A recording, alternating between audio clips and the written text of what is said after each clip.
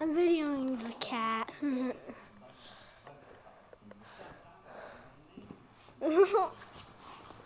know this, and I'm sure you have, that every plan, every establishment budget balancing plan has more spending cuts than tax increases by a considerable amount.